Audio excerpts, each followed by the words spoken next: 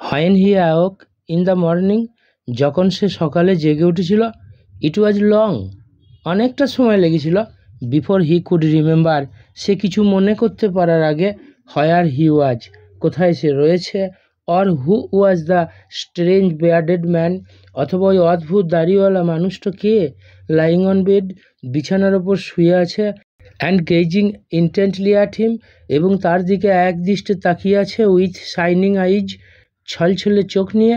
তার মানে যার সাধুর কুটিরে সকালে ঘুম ভাঙার পরই কিছুক্ষণ, জাস্ট কিছু সেকেন্ড মনে করতে পারলো না যে সে কোথায় আছে এবং ওই মানুষটা কে।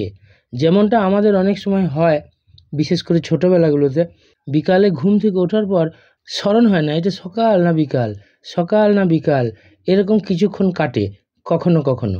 সেরকমই পরিস্থিতি যারের হলো। Forgive me, said the bearded man in a weak voice, ক্ষমা করুন আমাকে, দাড়িওয়ালা মানুষটা বলল দুর্বল কণ্ঠস্বরে।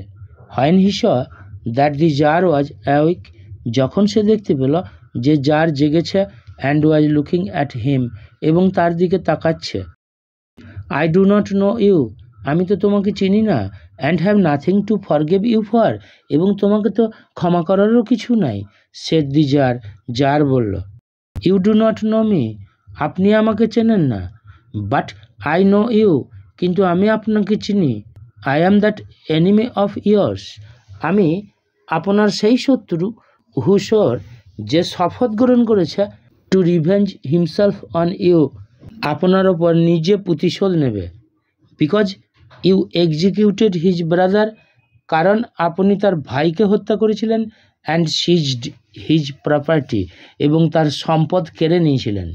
I knew you had gone alone, আমি জানতে পেরেছিলাম আপনি একা গেছেন, টু সি দ্য হারমিট, সাধুর সাথে সাক্ষাৎ করতে।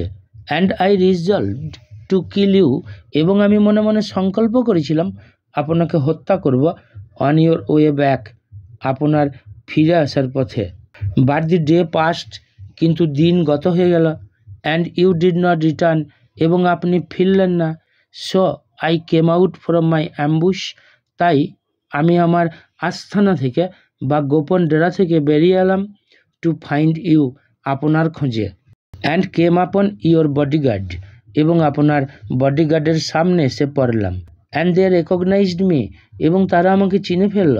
অ্যান্ড উন্ডেড মি, এবং আমাকে আহত করলো। আই এসকেপড ফ্রম দেম, আমি তাদের কাছ থেকে পালিয়ে আসতে পারলাম। But should have bleed to death, কিন্তু রক্তক্ষরণে মারাই যেতাম। Had you not dressed my wound, যদি না আপনি আমার ক্ষতস্থান বেঁধে দিতেন। I wish to kill you, আমি আপনাকে হত্যা করতে চেয়েছিলাম। And you have saved my life, এবং আপনি আমার প্রাণ বাঁচালেন। নাও ইফ আই লিভ, এখন যদি আমি বেঁচে থাকি। And if you wish it, এবং যদি আপনি এটা চান। I will serve you as your most faithful slave, আমি আপনার সেবা করব আপনার সব থেকে বিশ্বস্ত চাকরের ন্যায়। And will bid my sons do the same, এবং আমার পুত্রদেরও আদেশ করব একই কাজ করতে। ফরগিভ মি, আমাকে ক্ষমা করুন। The tsar was very glad, tsar হয়েছিল খুব আনন্দিত। টু হ্যাভ মেড পিস, শান্তি স্থাপন করতে পেরে, উইথ হিজ এনিমিজ, তার শত্রুদের সাথে, সো ইজিলি, এত সহজে। And to have gained him for a friend, এবং তাকে একজন বন্ধু হিসাবে লাভ করেও। And he not only forgave him, এবং সে শুধু তাকে ক্ষমাই করেনি, বাট সেড, কিন্তু বলল, he would send his servants, সে পাঠাবে তার নিজের চাকরদের, অ্যান্ড হিজ ওন ফিজিশিয়ান, এবং তার নিজের ডাক্তারকে, টু অ্যাটেন্ড হিম, তাকে সুস্থ করার কাজে। And promise to restore his property, এবং প্রতিশ্রুতি দিল তার সম্পদ ফিরিয়ে দেবে। Having taken leave of the wounded man, আহত মানুষটার কাজ ছেড়ে চলে আসার পরে, the tsar went out into the porch, tsar বারান্দার মধ্যে গেল। And looked around for the hermit, এবং সাধুর খোঁজে চারিদিকে তাকালো। বিফোর গোয়িং অ্যাওয়ে, চলে যাওয়ার আগে, হি উইশড ওয়ান্স মোর, তার আবার একবার ইচ্ছা হলো, to beg an answer to the questions he had put, যে কোশ্চেন সে আগের দিন করেছিল সেই কোশ্চেনের উত্তর প্রার্থনা করতে। দি হারমিট ওয়াজ আউটসাইড, সাধুটা বাইরেই ছিল। অন হিজ নিজ, তার হাঁটু গেড়ে বসে, সোয়িং সিডস, বীজ বুনছিল। ইন দ্য বেডস, ওই বীজতলাগুলোতে, that had been dug the day before, যেগুলো আগের দিন খনন করা হয়েছিল। The tsar approached him, tsar তার কাছে গেল। অ্যান্ড সেড, এবং বলল, ফর দি লাস্ট টাইম, শেষবারের মতন, আই প্রে ইউ, আমি আপনাকে প্রার্থনা করি, to answer my questions wise man, আমার প্রশ্নের উত্তর দিতে জ্ঞানী মানুষটা। You have already been answered, তোমাকে তো ইতিমধ্যে উত্তর দেওয়া হয়েছে। সেড দি হারমিট, সাধুটা বলল। Still crouching on his thin legs, তখনও তার দুর্বল পায়ের ওপর ভর দিয়ে বসেছিল। And looking up at the tsar, এবং ওপর দিকে তাকিয়ে জারকে দেখছিল। হু স্টুড বিফোর হিম, যে তার সামনে দাঁড়িয়েছিল। হাউ অ্যান্সার্ড, কী করে উত্তর পেলাম। হোয়াট ডু ইউ মিন, কি বলতে চাইছেন আপনি, মানে কি বোঝাতে চাইছেন আপনি। আস্কড দি জার, জার জিজ্ঞেস করল। ডু ইউ নট সি, তুমি দেখলে না। রিপ্লাইড দ্য হারমিট, সাধুটা উত্তর দিল। If you had not pitied my weakness yesterday, যদি তুমি গতকাল আমার দুর্বলতার জন্য করুণা না করতে, and had not dug those beds for me, এবং আমার হয়ে ওই জমি খনন করে না দিতে, but had gone your way, কিন্তু যদি তোমার রাস্তায় ফিরে যেতে, that man would have attacked you, মানুষটা তোমাকে আক্রমণ করতে পারত। And you would have repented, এবং তোমাকে তখন অনুতাপ করতে হতো বা দুঃখ করতে হতো, of not having stayed with me, আমার সঙ্গে কিছুক্ষণ না থেকে যাওয়ার জন্য। So the most important time was, তাই সব থেকে গুরুত্বপূর্ণ সময়টা ছিল, when you are digging the beds, যখন আপনি বীজতলাগুলো খুঁড়ছিলেন বা খনন করছিলেন। And I was the most important man, এবং তখন আমিই ছিলাম সব থেকে গুরুত্বপূর্ণ মানুষ। And to do me good, এবং আমার হয়ে উপকার করাটা, was your most important business, ছিল আপনার সব থেকে গুরুত্বপূর্ণ কাজ। আফটারওয়ার্ডস, তারপরে, when that man ran to us, যখন ওই মানুষটা আমাদের কাছে দৌড়ে এলো, the most important time was, তখন সব থেকে গুরুত্বপূর্ণ সময়টা ছিল, when you are attending to him, যখন আপনি তার সেবা করছিলেন।